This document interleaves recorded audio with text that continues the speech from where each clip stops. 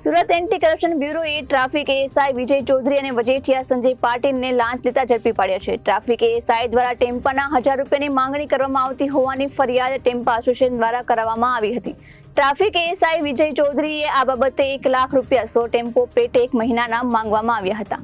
Surat anti corruption બ્યુરોએ traffic ASI Vijay Chaudhary અને વજેઠિયા સંજય પાટીલને લાંચ લેતા ઝડપી પાડ્યા છે. ટ્રાફિક એએસઆઈ દ્વારા ટેમ્પોના 1000 રૂપિયાની માંગણી કરવામાં આવતી હોવાની ફરિયાદ ટેમ્પો એસોસિએશન દ્વારા કરવામાં આવી હતી.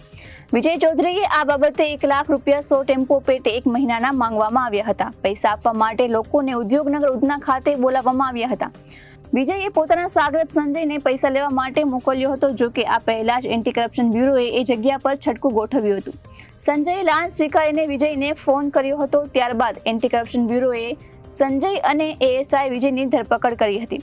વિજય છેલ્લા 7 વર્ષથી સુરત શહેરમાં ટ્રાફિક વિભાગમાં કામ કરે છે અને 5 વર્ષથી રિજિયન 2 માં નોકરી કરે છે.